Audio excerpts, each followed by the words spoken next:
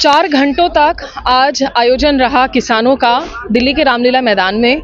ये वही ऐतिहासिक मैदान है जहां अन्ना हजारे का एंटी करप्शन आंदोलन होते हुए हमने देखा था और यहां काफ़ी वक्त से किसान मांग कर रहे थे कि हमें आप आने दें, मार्च करने दें। पंजाब में जो किसान हैं जो SKM नॉन पॉलिटिकल बैनर के तले प्रोटेस्ट कर रहे हैं, उनको तो भारी बेड़ियों में सीमेंटेड बैरिकेड्स में रोक रखा है, जहां से हमने ग्राउंड रिपोर्ट्स भी की थी। निराशा पैदा की जाए विरोधी धिर फतेह सो किसान भरावो साडे सीनियर लीडरां ने जो भी मसले ने उन्हां बारे सारी गल नब्ज टटोलने की कोशिश कर रहे हैं कि आज के इस किसान महापंचायत के बाद आगे आखिर क्या होगा। अतुल त्रिपाठी हमारे साथ मौजूद हैं, ये भारतीय किसान यूनियन के यूथ जनरल सेक्रेटरी हैं उत्तर प्रदेश के लिए। अतुल, ये बताइए कि यहाँ अभी चुनाव अब कुछ हफ्तों दूर है, कोई ऐसी सुगबुगाहट नजर आ रही है कि सरकार मानने को तैयार हो जाएगी MSP को लेकर? अगर नहीं मान रही है, अभी तक के बैठकों में उनकी आर्ग्यूमेंट्स क्या रही हैं कि क्यों नहीं दे सकते हैं कानूनी तौर पर MSP की गारंटी? देखिए, मैं शुरुआत इससे करूंगा कि दिल्ली तेरी छाती पर लहू के वो निशान रहेंगे, या तो ये सरकार रहेगी या फिर हम किसान रहेंगे। आज तक हिंदुस्तान के इतिहास में इतना निर्दयी प्रधानमंत्री नहीं देखा। आज आप बताइए मैम कि जिस किसान ने नरेंद्र मोदी जी को सत्ता के सर्वोच्च शिखर पर बैठाया, फर्श से अर्श पर बैठाया, अपना वोट देकर, आज वो प्रधानमंत्री जी की संवेदना मर चुकी है। मुझे शर्म आ रही है ये बात कहते हुए कि आज 750 से अधिक किसान शहीद हो जाता है, लेकिन प्रधानमंत्री जी उसकी समस्याओं को एड्रेस नहीं करते हैं। एक आप पैन करके कैमरा दिखाइए, कल हमारी मीटिंग, आज हमारी मीटिंग थी और कल किस तरीके से यहाँ गटर का पानी छोड़ दिया गया। ये किसानों का सम्मान है। एक तरफ आप कहते हैं कि राम आएंगे तो अंगना सजाएंगे, फूल बिछाएंगे, और जब अन्नदाता आएगा तो गटर का पानी खोल देंगे और सीवर का पानी खोल देंगे। ये शर्मनाक है, दुर्भाग्यपूर्ण है। और हम क्या मांग कर रहे हैं मैम, आप बताइए? तमाम में नेशनल मीडिया, आज मीडिया का कैसा दौर है। आज ये मीडिया कहती है, किसानों से उल्टा सवाल पूछते हैं कि MSP दे देंगे तो देश की अर्थव्यवस्था चरमरा जाएगी, सब कुछ खत्म हो जाएगा, अर्थव्यवस्था ध्वस्त हो जाएगी। मैं पूछना चाहता हूँ ma'am, just give me a logic कि अगर आप 14,56,226 करोड़ रुपया अकेले आप अडानी जी का माफ करते हो, आप बताइए मैम, कभी आपने अडानी जी को देखा है सड़क पर संघर्ष करते हुए, लाठी खाते हुए जंतर मंतर पे? वो तो कभी अपने मुआवजे के लिए मांग नहीं करते, ठट से सरकार उनका पैसा माफ करती है और किसान मरता है हर दिन। जिस देश को कृषि प्रधान देश कहते हैं, उस देश की हालत ये है कि हर दिन 28 किसान आत्महत्या कर रहा है। इससे बड़े शर्म, दुर्भाग्य की बात नहीं हो सकती है। अगर मोदी जी MRP दे सकते हैं तो MSP दे सकते हैं, अगर अडानी का कर्जा माफ कर सकते हैं तो किसानों को भी MSP देना चाहिए। ये हक है, अधिकार है, और हम यही कहेंगे कि हमारे हौसले चट्टान की तरह मजबूत हैं। मैं किसान हूँ, मैं उस मिट्टी का वृक्ष नहीं जिसको नदियों ने सींचा है, मैं उस मिट्टी का वृक्ष नहीं जिसको नदियों ने सींचा है। बंजर मिट्टी में पलकर मैंने मृत्यु से जीवन खींचा है। पत्थर पर लिखी इबारत हूँ, पत्थर पर लिखी इबारत हूँ, शीशे से कब तक तोड़ोगे, मिटने वाला मैं नाम नहीं, तुम मुझको कब तक रोकोगे। मैं किसान हूँ, इस देश की आन बान शान हूँ, मैं किसान हूँ। मैं प्रहलाद सिंह, प्रदेश महासचिव, उत्तर प्रदेश भारतीय किसान यूनियन टिकैत। मैं मिर्जापुर उत्तर प्रदेश से हूँ। तो उत्तर प्रदेश और बिहार के जो किसान हैं वो ज़्यादा तादाद में क्यों नहीं जुड़ रहे हैं इन प्रोटेस्ट के साथ में, जबकि जो मंडी की गारंटी है वो दरअसल पंजाब और हरियाणा के किसानों को बखूबी मिलती है? मंडी की गारंटी तो पंजाब हरियाणा किसानों को मिलती है और उत्तर प्रदेश के भी किसानों को मिल रही है, लेकिन बिहार में मंडी कानून ख़त्म कर दिया गया है, वहाँ के किसानों को कुछ नहीं मिलता है। हम लोग बॉर्डर से बिलोंग करते हैं और किसान आज जो अपनी मांगों को लेकर 14 मार्च को रामलीला मैदान दिल्ली में आया हुआ है, वह जो है भारी तादाद में, लाखों की संख्या में, और किसान एमएसपी कानून की गारंटी चाहता है, डॉक्टर स्वामीनाथन आयोग की रिपोर्ट को लागू करने की बात कहता है। आज किसान जो है बॉर्डरों पर जब 13 महीने धरना चला रहा था, आंदोलन चला रहा था, उस समय भारत सरकार ने समझौता किया था कि एमएसपी कानून की गारंटी दूंगा और स्वामीनाथन आयोग की रिपोर्ट को लागू करूंगा, लेकिन लगभग 3 वर्ष बीतने को है, सरकार जो है इसको समझने में दूर रही, किसानों की बात को और लागू करने में भी दूर रही। आज किसान सड़कों पर अपनी बात कहने के लिए आ रहा है, दिल्ली इनके दरबार में, चुनाव आया है, किसान भी। मैं शंभू बॉर्डर भी गई थी और वहाँ पर भी किसान लगातार यही कह रहे हैं कि एक तो ये जो प्रोटेस्ट है ये सिर्फ किसानों की नहीं है, किसानों और मजदूरों की है। लेकिन अतुल ये बताइए कि जो पिछले राउंड ऑफ टॉक्स के बाद में सरकार ने कहा था कि इतने सारे आइटम्स पर एमएसपी होगी, 5 साल के लिए हम इसमें कोऑपरेटिव्स के साथ काम करेंगे, उस प्रपोजल को क्यों ठुकराया गया? नहीं, आप मुझे एक कारण बताइए। अभी इन्होंने एमएस स्वामीनाथन जी को भारत रत्न दिया, तो उनकी नीतियां लागू करने में क्या दिक्कत है भाई? हम आज जिस व्यवस्था से आप सरकारों को एमएसपी तय कर रहे हैं वो व्यवस्था आउटडेटेड हो चुकी है। आज भी वही बाबा आदम के ज़माने की जो व्यवस्था है उसी के आधार पर A2FL का फॉर्मूला सरकार देती है। हम कहते हैं कि C2 50+ का फॉर्मूला दीजिए, वो असली सम्मान होगा एमएस स्वामीनाथन जी का। आप बताइए कि आज किसान का ट्रांसपोर्टेशन का, उसका जो है लैंड भी तो उसका इंटेलेक्ट प्रॉपर्टी है, तो उसका भी तो रेंटल उसको मिलना चाहिए। उसके घर का जो परिवार का सदस्य लेबर बनता है, अपना काम को छोड़ के उपज उगाता है, उसका भी मेहनताना होना चाहिए। तो हम इन सब चीज़ों को फिक्स करके हम कह रहे हैं कि आज सबसे बुरी हालात आज इस देश के किसान की है। आज आप देखिए जाकर के, जो प्रधानमंत्री कहते थे कि किसानों की आय दुगनी होगी, आज किसान जो है बीज नहीं खरीद सकता, आज जो है खाद के दाम बढ़ा दिए, आज जो उसका फर्टिलाइज़र है उस फर्टिलाइजर यूरिया का दाम बढ़ा दिया, डीजल के दाम बढ़ गए, जो ट्रैक्टर में डीजल पड़ता है, आज गांवों का किसान मर रहा है। और ये आपदा और ऐसा मतलब ड्रास्टिक क्लाइमेट चेंज उसको मार रहा है। और इस समय पर अगर किसान को आप मजबूत नहीं करोगे तो किसान मर जाएगा। को नरेंद्र मोदी जी राशन दे रहे हैं, वो किसके दम पर राशन दे रहे हैं? वो इस देश के अन्नदाता के दम पर राशन दे रहे हैं। आज दुर्भाग्य की बात है मैम कि हम लोगों को दुश्मन समझा जा रहा है, हम लोग को खालिस्तानी बताया जाता है, हम लोग को पाकिस्तानी बताया जाता है, हम लोग को आतंकवादी और देशद्रोही बताया जाता है। आप बताइए, आप दिल पर हाथ रख के आप इस रैली में आई हैं, क्या आपने खालिस्तानी देखा? क्या आपने किसी ऐसे, आज तो यहाँ गांवों से लोग आए हैं, आज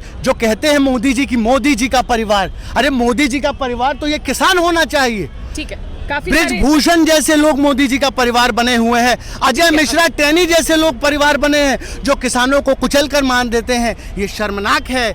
अगर मोदी जी सच में चाहते हैं कि उनका परिवार आगे बढ़े तो नौजवानों को, किसानों को अपना परिवार बनाए, तब इस देश का असली विकास होगा। किसानों को उनका समर्थन मूल्य दे, गारंटी कानून दे। ठीक है, बहुत सारी इंपॉर्टेंट बातें आपने कही, शुक्रिया। और यहाँ 4 घंटे की जो मोहलत मिली है इस रैली के आयोजन के लिए, दिल्ली का ये वही रामलीला मैदान है जहाँ 13 दिनों तक हमने अन्ना हजारे का आंदोलन देखा था भ्रष्टाचार के खिलाफ। और उस वक्त सिविल सोसाइटी बड़ी तादाद में निकल कर आई थी, उसने देश में राजनीति के रुख को जो है मोड़ दिया था। यहाँ पर किसान आए हुए हैं, कुछ हज़ार किसान हैं, लेकिन ये बात भी ज़रूरी है समझना कि ये संयुक्त किसान मोर्चा को इजाज़त मिली है। जो संयुक्त किसान मोर्चा का राइवल फैक्शन है, जिनके नेतृत्व तले इस वक्त वहाँ पंजाब के किसान आंदोलन कर रहे हैं, ये लोग एक साथ नहीं हैं, एक मंच पर नहीं हैं। अब उस धड़े को इजाज़त मिलेगी या नहीं, यहाँ वापस से दिल्ली में आकर शांतिपूर्ण तरीके से आंदोलन करने के लिए, प्रदर्शन करने के लिए, ये अभी तक साफ नहीं है। और यहाँ के जो आपसी मतभेद हैं वो काफ़ी ज़्यादा हैं इन धड़ों के बीच में। और यहाँ जो धड़ा है, इनको राकेश टिकैत का नेतृत्व मिला हुआ है। अब यहाँ से आगे सरकार इस चुनावी माहौल में क्या झुकेगी इनके सामने? राजनीतिक समीकरण भी बदल गए हैं।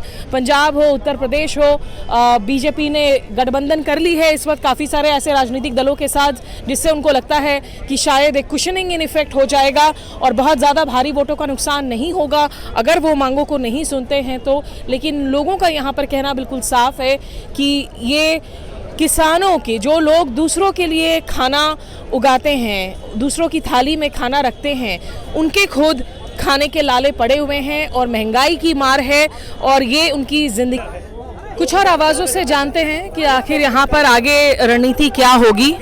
आज आप लोगों ने यहाँ पर महापंचायत की, आप कहाँ से आए हैं और यहाँ से आगे क्या होगा आपको लग रहा है? हम सहारनपुर से आए हैं। मैं भारतीय किसान यूनियन चढ़ूनी का जिलाध्यक्ष हूँ सहारनपुर का, और अब्दुल कुद्दूस त्यागी। हम संयुक्त किसान मोर्चे के आह्वान पर दिल्ली रामलीला मैदान ग्राउंड में आए हैं और हमारा जो आज पंचायत का मुख्य उद्देश्य था वो था कि किसानों को सभी फसलों पे MSP की गारंटी दी जाए सरकार की तरफ से। लेकिन ये जो डिमांड है ये लेकर वहाँ पे पंजाब में भी जो SKM का दूसरा धड़ा है वो लोग प्रोटेस्ट कर रहे हैं, उनको अभी तक इजाज़त नहीं मिली है यहाँ आकर प्रोटेस्ट करने की। आपको लग रहा है कि कोई बात बनेगी इस चुनावी माहौल में इस बार? हाँ बिल्कुल बनेगी मैम, क्योंकि आज अगर आपने देखा हो लाखों की तादाद में किसान रामलीला मैदान में था, तो ये शक्ति प्रदर्शन एक तरह का था, तो सरकार बात मान लेगी। उम्मीद है बात मान लेगी सरकार। तो उस धड़े को इजाज़त मिलेगी आने की? देखो वो जाने, क्योंकि वो SKM नॉन पॉलिटिकल वाले हैं, उन्होंने शायद परमिशन लिया नहीं ली, वो जाने, इन्होंने ली नहीं, मिल गई। आप खुद किसान हैं? हाँ जी, हम किसान किस हैं। चीज़ की खेती बाड़ी करते हैं आप? कहाँ खेती, गन्ना, गेहूँ, धान। हाँ, तो बीच में जो सरकार ने कहा कि हम कुछ क्रॉप्स पर 5 साल तक जो है एक MSP दे देंगे, उसको आप प्रपोजल को कैसे देखते हैं? हमें लाइफ टाइम। हाँ वही है, देख रहे क्या कर रही है सरकार उसके एक ऊपर। किसान होने के नाते आज आपकी सबसे बड़ी दिक्कतें क्या हैं? सारी दिक्कतें है, हमारी फसलें खराब हो रही, ओले पड़ गया, हमें मिल नहीं रहा मुआवजा कोई भी है जी। और खाद की प्रॉब्लम है। मामला ये है, सरकार 5 साल की क्यों इस तरह कर रही है? लाइफ टाइम करे ना, क्योंकि हमारी फसलों का अगर उचित दाम मिलेगा तो देश, जो किसान जो देश की रीढ़ की हड्डी कहलाता है, वो और मजबूत होगा। तो लाइफ टाइम सरकार को करना चाहिए। आप भी किसान हैं? जी किसान कहाँ है, से हैं आप? सहारनपुर यूपी। किस चीज़ की खेती बाड़ी? गन्ना, गेहूँ, धान, यही फसल उगाते हैं। तो ये इतने सारे डिमांड हैं इस वक्त की सरकार जो है किसानों के कर्ज माफ़ कर दे और आपकी बिजली को लेकर भी आपकी है, प्लस किसानों के खिलाफ जो क्रिमिनल केसेस थे वो ड्रॉप हो जाएं। इन सब में कुछ भी मांगों पर इस वक्त अभी तक सहमति तो बनती एक्चुअली क्या है, सरकार जो भी फायदा देती है, वो जो भी डिफॉल्टर होता है उसको फायदा देती है। जो सही आदमी है, सरकार लोन माफ करती है, ऋण माफी करती है। किस आधार पे करती है? वो करती है जो किसान ने काफी दिनों से अपना लोन नहीं चुकाया। जो आदमी सही है वो अपना एनुअल जमा करता रहता है, क्योंकि अगर नहीं जमा करता है तो उस पर चक्रवृद्धि ब्याज लागू हो जाता है। तो ये तो एक जो गलत आदमी है उसको फायदा पहुंचाने वाला है। सही हम कह रहे कि किसान कर्ज माफी क्यों ले, उसकी सही फसलों का दाम दे ना भाई। गन्ना किसान कहते हैं वो मिल पैसा नहीं देता, अगर आदमी लोन ले लेता है, अगर वो 1 साल में पैसा ना चुकाए तो उस पे ब्याज चल जाता है। किसान अपनी फसल बेचने के बाद भी अपना मूल्य प्राप्त नहीं कर पाता, समय से उसको नहीं मिल पाता। अब नियम कानून पे आते हैं, 14 दिन के बाद पेमेंट है गन्ने की फसल का, लेकिन बताइए कौन सा मिल 14 दिन पर पेमेंट कर रहा है? आगे क्या होगा आज और क्या तय हुआ है? तो देखो आगे की जो SKM की कमेटी है वही तय करेगी। धन्यवाद। राजेंद्र सिंह दीप सिंह वाला जुड़े हैं, ये कीर्ति सेना यूनियन के जनरल सेक्रेटरी हैं। राजेंद्र जी ये बताइए कि आज जिस तरीके से परमिशन मिला, क्यों लग रहा है कि अचानक से सरकार ने थोड़ी सी लचीलापन दिखाई है और कहा है कि आप लोग आके प्रोटेस्ट कर सकते हैं? संयुक्त किसान मोर्चा इस देश में किसानों का सबसे बड़ा प्लेटफॉर्म है और आज 40-50 हज़ार लोग यहाँ आए हुए हैं।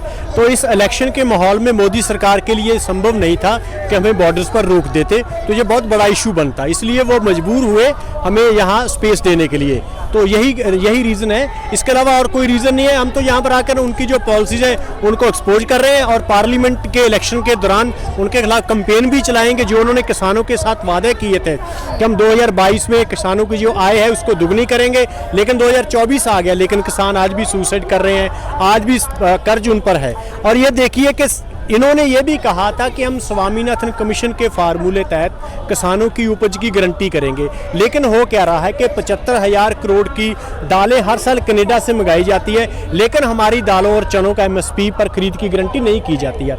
एडिबल ऑयल हर साल एवरेज 22 मिलियन टन जो है वो इंपोर्ट किया जाता है, लेकिन हमारे सरसों का, हमारे सूरजमुखी का जो भी दालों का, तिलों की फसलें हम बीते हैं उसकी वो खरीद की गारंटी नहीं करते हैं। तो ये उनकी जो प्रो कॉर्पोरेट पॉलिसीज़ हैं और एंटी फार्मर पॉलिसीज़ हैं, इनको हम एक्सपोज करेंगे आने वाले दिनों में पूरे देश में। तो जो लोग अभी भी शंभू बॉर्डर में बैठे हुए हैं किसान, एक तो पंजाब के कितने किसान यहाँ पर आ सके हैं या ज़्यादातर हरियाणा के किसान आज आ सके हैं, और पंजाब के किसानों ने कहा था कि बगैर ट्रैक्टर के हम मार्च नहीं करेंगे, जिसको लेकर ज़्यादा आपत्तियाँ दिखाई जा रही कि भी आप हाईवेज पर ट्रैक्टर नहीं निकाल सकते। क्या उसमें कुछ बदलाव आएगा? क्या वो रुख कुछ बदलेगा? क्या उन लोगों को भी परमिशन मिलेगी यहाँ आने की? देखिए, जब कोरोना काल था तो जितनी भी डेमोक्रेटिक स्पेस दिल्ली में थी इन्होंने छीन ली। जब हिस्टोरिकल मूवमेंट हुआ 2020 का किसानों का, तो वो डेमोक्रेटिक स्पेस फिर थोड़ी लोगों को मिली। एक बार फिर वो छीनने की कोशिश कर रहे थे। हमने अपनी डेमोक्रेटिक स्पेस को बनाने के लिए भी हम ये आंदोलन कर रहे हैं। तो वो हमारे साथी थे, पहले वो कम गिनती में चले, इसलिए उनको वहाँ पर उन्होंने दबा लिया।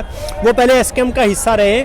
हम कोशिश कर रहे हैं कि उनके साथ यूनिटी हो जाए, लेकिन हमारी यूनिटी की कुछ कंडीशंस हैं। जैसे राज्यपाल साहब पहले एसकेएम के साथ थे, वो इलेक्शन में बाहर चले गए, तो हमारी ये कंडीशन है कि आगे से एक तो कोई भी इलेक्शन में नहीं जाएगा। दूसरा, वो जो धरना लगाए लोगों उनमें एक धड़ा वो है जो वहाँ वो लाल किले की घटना के लिए वो रिस्पॉन्सिबल था, तो उनको उसके लिए जो गलती अपनी माननी पड़ेगी और उसके बाद ही वो एसकेएम के अंदर आ सकते हैं। इसी तरह जगजीत सिंह डल्लेवाल, उन्होंने 3000 करोड़ का एलिगेशन लगाए एसकेएम पर ऊपर के, उन्होंने पैसा लेकर मोर्चा उठा दिया, तो उनको अपने एलिगेशन प्रूव करने पड़ेंगे, जो अपनी गलती माननी पड़ेगी। वो हमारा ही हिस्सा रहे हैं, उनको हम चाहते हैं कि वापस आ जाएं।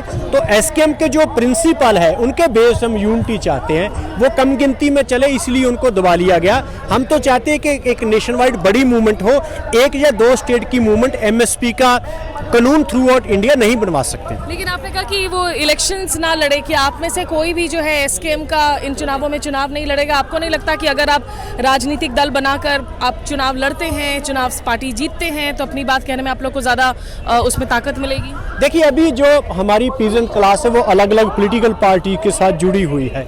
जितने भी लोग चेतन हुए हैं वो जथेबंद होने के लिए चेतन, ऑर्गेनाइज होने के लिए चेतन होगा। अगर हम ऑर्गेनाइज होंगे तो कुछ हासिल कर लेंगे।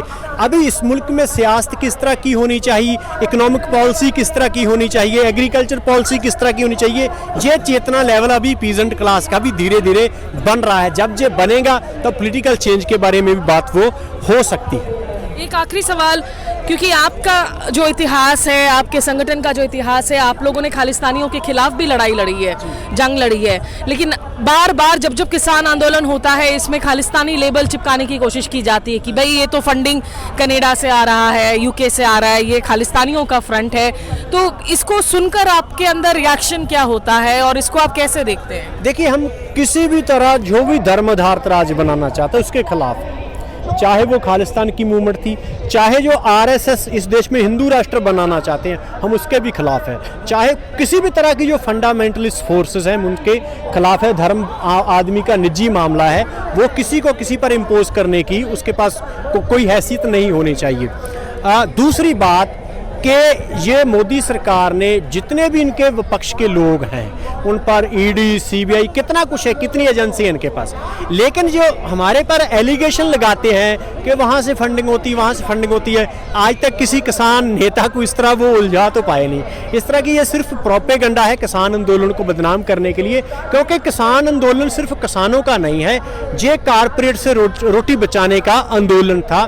और इस देश में जिस तरह का एक फासिस्ट ऑफेंसिव चल रहा है, तो इस देश में जितना भी डेमोक्रेटिक स्पेस बना इस आंदोलन की वजह से बना, इसलिए वो उनको अच्छा नहीं लगता है स्कैम। इसके लिए उसको वो लगातार अपने गोदी मीडिया से और माध्यम से लगातार बदनाम करने की कोशिश करते हैं। उसी तरह से वो उसी करके इस तरह के झूठे एलिगेशन हमारे पर लगाते रहते हैं। मैं सौरभ से बात करना चाहती हूँ। सौरभ को आप सभी लोग जानते भी होंगे, एनडीटीवी के साथ रहे, अभी रेड माइक नामक इनकी जो यूट्यूब साइट है बहुत अच्छे से तमाम खबरों का कवरेज कर रही हैं। सौरभ उनके को फाउंडर हैं। सौरभ, क्योंकि आप अभी पूरे इस नए जो किसान प्रोटेस्ट है इसको क्लोजली फॉलो कर रहे हैं, आप भी खुद बहुत वक्त से थे यहाँ, एक तो ये बताइए कि आज यहाँ पर फैसला आखिरकार क्या हुआ है आज की इस बैठक के बाद? देखिए, इन लोगों की महापंचायत हुई। संयुक्त किसान मोर्चा, जो संयुक्त किसान मोर्चा वो बैनर है जिसके तले वो दिल्ली का जो हमने जानते हैं कि 1.5 साल वो चला आंदोलन, वहाँ पर वो सारे किसान संगठन थे जिसमें दर्शन पाल,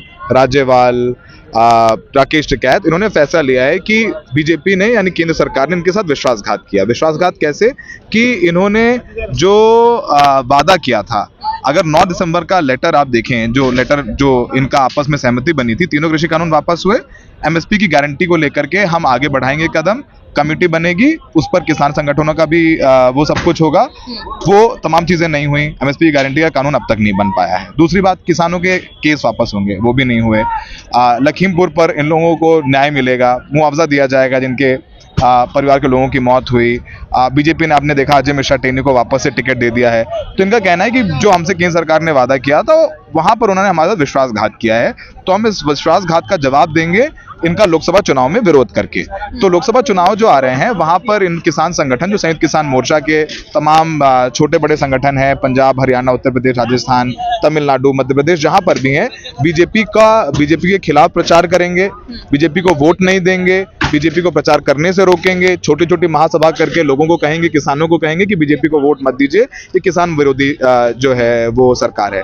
बाकी नेक्स्ट मीटिंग इनकी 23 तारीख को होगी। 23 तारीख को चूंकि शहीदी दिवस है, शहीद आजम भगत सिंह जी का वो दिन है, उस रोज एक और मीटिंग होगी, महापंचायत होगी, फिर आगे की रणनीति कैसे। 23 तारीख वाली महापंचायत कहाँ होने वाली है? 23 तारीख वाली महापंचायत अभी वो डिसीजन लेंगे, लेकिन उस दिन एक महापंचायत करके वो आगे का कोर्स ऑफ एक्शन डिसाइड करेंगे। बट आज इस जो 4-5 घंटे की महापंचायत रामलीला मैदान में हुई, उसमें निर्णय ये है कि लोकसभा चुनाव में संयुक्त किसान मोर्चा के सारे किसान संगठन मिल करके बीजेपी के खिलाफ प्रचार करेंगे और बीजेपी को वोट नहीं देंगे। तो ये विश्वासघात जो बीजेपी ने किया उसके खिलाफ बीजेपी का इस बार अभी देखिए जो समीकरण बदले हैं, आप देखिए, क्योंकि अब एनडीए का एक बार फिर से ढांचागत विस्तार किया जा रहा है और काफी सारे दल जो चले गए थे उनको वापस से जोड़ा जा रहा है। जयंत चौधरी का आ जाना बीजेपी के साथ में, अब इन लोगों किसानों की जितनी नाराजगी थी अजय मिश्रा टेनी को लेकर उस पूरे क्षेत्र में जहां जयंत चौधरी का एक दबदबा है, क्या ये भी एक वजह है? या फिर अकालियों के साथ अगर बीजेपी गठबंधन कर रही है, पंजाब में साठगांठ कर रही है, क्या बीजेपी को लग रहा है कि नुकसान नहीं होगा ज्यादा? कि एक तो किसानों के धड़े हैं, एसकेएम नॉन पॉलिटिकल है, एसकेएम है, खुद किसान की फ्रंट से डिवाइडेड है, दूसरा उनकी साठगांठ हो रही है राजनीतिक दलों के साथ में, तो इससे जो है बहुत ज्यादा उनको नुकसान नहीं होगा अगर वो मांगों को नहीं मानते। बहुत इंटरेस्टिंग बात है, पॉलिटिकल बात बताता हूँ मैं दर्शकों को। देखिए, पंजाब में बीजेपी ने बड़ी मेहनत करी है। आपको पता है, सुनील जाखड़ जो कांग्रेस में थे और बड़े किसान नेता माने जाते हैं, कांग्रेस में उनके फादर भी बलराम जाखड़ नेता थे, अब वो बीजेपी में आ चुके हैं। गुरदासपुर से पिछली बार चुनाव लड़े थे, सनी देओल को बहुत अच्छी खासी टक्कर दी थी उन्होंने, वो बीजेपी के प्रदेश अध्यक्ष हैं। इसके अलावा आप देखेंगे आज ही प्रणीत कौर जो अमरिंदर की पत्नी है, सांसद थी, उन्होंने बीजेपी ज्वाइन की है। वो विदेश राज्य मंत्री भी थी, MOS एक्सटर्नल अफेयर्स थी, आपने जब कवर किया होगा तब वो थी, अब आ गई हैं, वो बीजेपी ज्वाइन करें तो वो लोकसभा लड़ेंगे। तो बीजेपी अपनी तरफ से पूरी कोशिश कर रही है। अकाली और इनका गठबंधन ऑलमोस्ट फाइनल है। किसानों ने कहा है कि अकाली गठबंधन करेगा तो अकाली का भी हम विरोध करेंगे। तो किसान संगठन एक हो गया, क्योंकि अभी शंभू बॉर्डर पर चल रहा है। और देखिए, वो शायद इतना ज्यादा बड़ा नहीं होता, लेकिन जो एक किसान की मौत हो गई, Shubhkaran, he was just 21 year old, उसकी मौत हो गई, उसको गन शॉट इंजरी है, जो कि पोस्टमार्टम रिपोर्ट में है, ये मैं नहीं कह रहा हूँ, पोस्टमार्टम रिपोर्ट में उसके अंदर स्कल के अंदर छोटे छोटे छर्रे मिले, पैलेट्स मिले हैं। तो उसके बाद और नाराजगी हो गई है। तो बीजेपी कुछ नेता ये कह भी रहे थे, जिनसे बात हो रही थी, कि हम अभी तो वापस माहौल ठीक हुआ था, हम गांव-गांव जाके प्रचार कर पा रहे थे, अब फिर खराब हो गया। अब आपने बात की कि चलिए ठीक है, अकाली दल को जोड़ रही है बीजेपी, उधर जयंत चौधरी साथ आए। अब जयंत चौधरी के साथ आने से देखिए, Smita ji, UP, while I was heading UP for NDTV, so I know one thing for sure that कि जो जयंत चौधरी इतना ही बहुत जबरदस्त उनका दबदबा होता तो 9 सीटें ना जीतते, वो सिर्फ 9 सीटें जीती, वो भी अखिलेश यादव गठबंधन में जीती। उसमें इनको मुसलमान वोट भी मिला। और ऐसा नहीं कि सारे जाट, अगर देखा जाए कि उनको नाराज होते हैं कि आप मुझे जाट नेता ना कहिए, हाल ही में उन्होंने इंटरव्यू में कहा मुझे कि जाट नेता मत कहिए, लेकिन आप देखेंगे उनकी जो पॉलिटिक्स रही है, जाट उनके साथ हैं, लेकिन 60% जाट बीजेपी के पास भी है।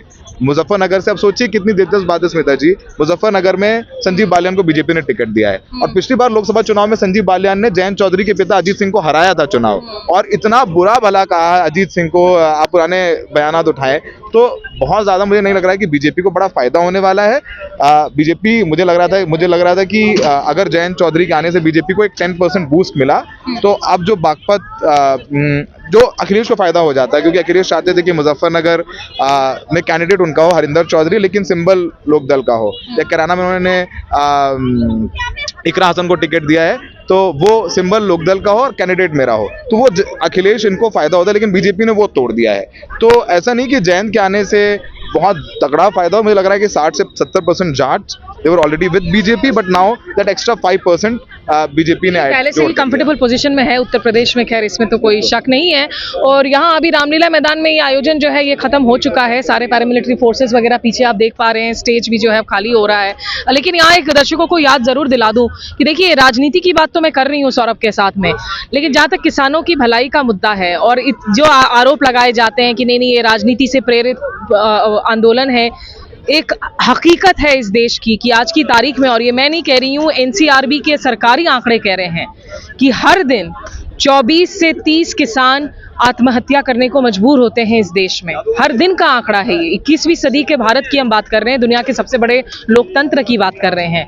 और किसानों का तो कहना दावा है ही कि खैर पिछली बार जब किसान आंदोलन हुआ था, जिसके बाद सरकार मजबूर हुई थी कि अपने वो 3 किसान कानून जो है कृषि कानून वापस ले, उस वक्त कम से कम 750 किसानों की मौत हुई थी। तो हर रोज अगर आपके 28-30 किसान आत्महत्या करने को मजबूर हो रहे हैं, आप सोचिए कि यहाँ पर कृषि की क्या हालत होगी उस देश में जो दरअसल 40% देश का जो आबादी है वो कृषि पर निर्धारित है, वो कृषि पर जो है वो निर्भर है। तो सौरभ, मैं ऐसे में आखिरी सवाल आपसे पूछना चाहूंगी कि आपने अभी तक क्या फील किया, जो किसान जुड़े हैं इस आंदोलन में, अभी ये कितना सस्टेन कर पाएंगे?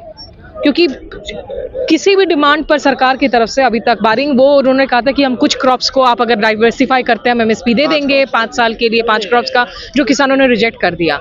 तो ये आपको लग रहा है ये अभी जो पिछली बार जैसा हुआ था ऐसा लंबा चल पाएगा या मूड क्या लग रहा है आपको? देखिए, जो शंभू बॉर्डर पे किसान बैठे हुए हैं, जो पंधेर हैं या संयुक्त किसान मोर्चा अराजनैतिक है, वहां से तो जाने का सवाल नहीं है, वो वहां पर तो बैठे रहेंगे। हम देख चुके हैं कि वो जो एंड्योरेंस है उसका वो आपने भी देखा है और हम सब ने देखा है कि वो किसान तो वहां से जाने वाले नहीं है।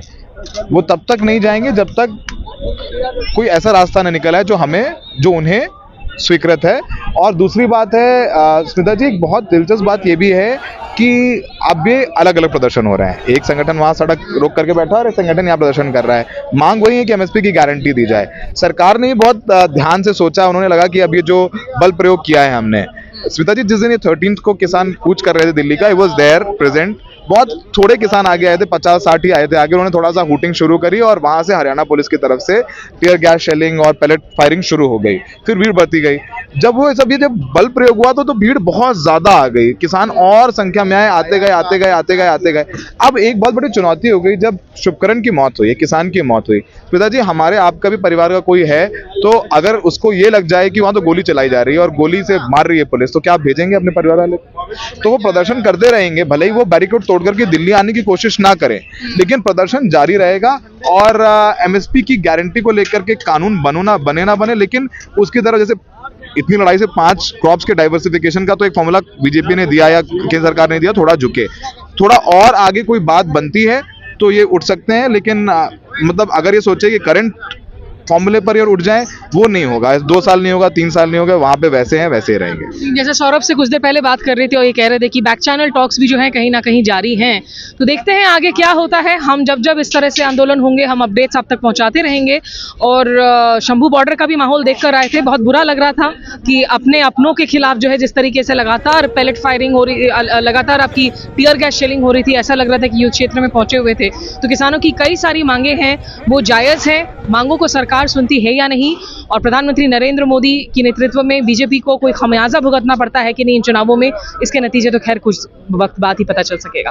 फिलहाल इस रामलीला मैदान में मैं स्मिता शर्मा।